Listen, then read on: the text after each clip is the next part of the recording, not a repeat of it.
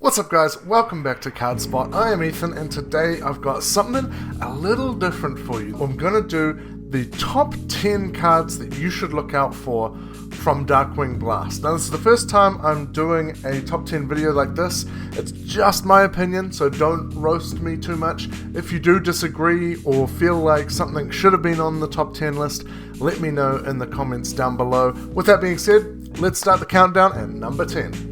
Tillman's Relcoloss, Secret/Starlight Rare. Other aqua monsters you control cannot be destroyed by battle. You can only use each of the following effects of Tillman's Relcoloss once per turn. When your opponent activates a card or effect that includes an effect that special summons a monster, quick effect, you can negate the activation, and if you do, destroy it.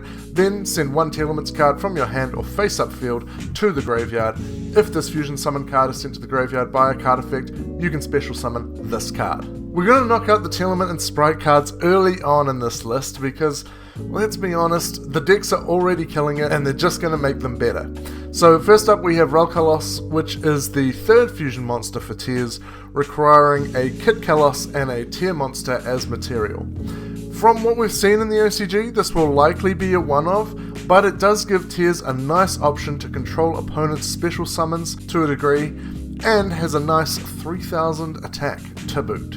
Number 9, Sprite Sprint, also secret rare. Cannot be used as link material the turn it is link summoned. You can only use one of the following effects of Sprite Sprint per turn and only once that turn. If this card is link summoned, you can send one level 2 monster from your deck to the graveyard. If another monster is special summoned while this card is on the field, except during the damage step, you can detach one material from an Xyz monster you control, then target one monster on the field, return it to the hand. Sprite gets a second link monster in Sprint, which requires 2 monsters, including a level/rank/link 2 monster to summon. No surprises there.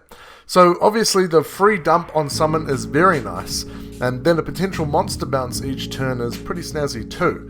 With frogs not as viable as they once were, see you Ronin Totem, I would expect to see Sprite with the Nimble engine becoming more popular when this card arrives. Number 8. Castara Fenrir, ultra rare. If you control no monsters, you can special summon this card from your hand. You can only use each of the following effects of Castara Fenrir once per turn. During your main phase, you can add one Castara monster from your deck to your hand.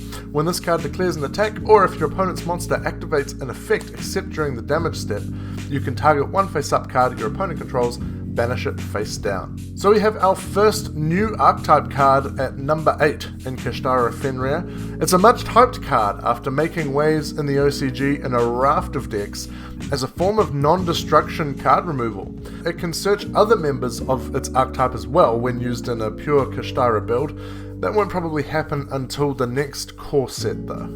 Number 7, Blackwing Sudri the Phantom Glimmer, ultra rare.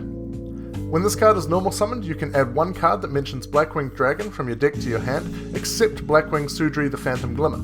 You contribute one monster, special summon one Phantom Glimmer token, Wingbeast Tuner, Dark, level 2, attack 700, defense 700, then you take 700 damage. You cannot special summon monsters from the extra deck the turn you activate this effect, except synchro monsters. You can only use this effect of Blackwing Sudri the Phantom Glimmer once per turn. So we can't do a top 10 for Darkwing Blast without talking about Blackwings, right? Like, we have to. And the best Blackwing in the set, I think, well, it's a tough call, but Sudri is really good. It's one of the best. It's a Stratos for the archetype in that it can search on summon, which is really nice, and you could search for something like the new Vata, the Emblem of Wandering, which could then special summon itself and make a free Blackwing Dragon, which is not bad off just a Sudri. And of course it can search basically all of the new Blackwing monsters as well, because they all mention Blackwinged Dragon. Number 6, Ignis Phoenix the Draco Slayer, secret rare. Pendulum effect. During your main phase, you can shuffle one face-up pendulum monster from your extra deck into the deck, then add one non-pendulum Draco Slayer or Ignite monster from your deck to your hand. You can only use this effect of Ignis Phoenix the Draco Slayer once per turn. Monster effect. This card is always treated as an Ignite card. If this card on the field is destroyed by battle or card effect, you can special summon one Draco Slayer or Ignite monster from your deck except Ignis Phoenix the Draco Slayer, and if you do, it is treated as a tuner. You can only use this effect of Ignis Phoenix the Draco Slayer once per turn. Now, I'll confess, I don't know heaps about pendulum decks. I was out of the game for basically the entire time that pendulums were decent. but I have seen some of the plays and combos that this card is a part of, and they're pretty crazy. It packs in 2 solid effects, a search when it's a pendulum scale, and a special summon as a tuner when it's destroyed as a monster, and even I know that Draco Slayers have no problem destroying their own cards. We could see Draco Slayers actually starting to pick up a few tops here and there after the set comes out. Number 5, Bestial Magna Mook, super rare. You can target one light or dark monster in either graveyard, banish it, and if you do, special summon this card from your hand. This is a quick effect if your opponent controls a monster. If this card is special summoned, you can activate this effect. During the end phase of this turn, add one dragon monster from your deck or graveyard to your hand, except Bestial Magna Mook. You can only use each effect of Bestial Magna Mook once per turn. This is the first super rare on this list. It's not just all the high rarity cards from the set. Honestly, this spot was a bit of a toss-up between Magna Mook and Bestial Druisworm, as they are so good together, but overall I think Magna Mook has more utility. It is a free body and can add any dragon monster from your deck to your graveyard. Any!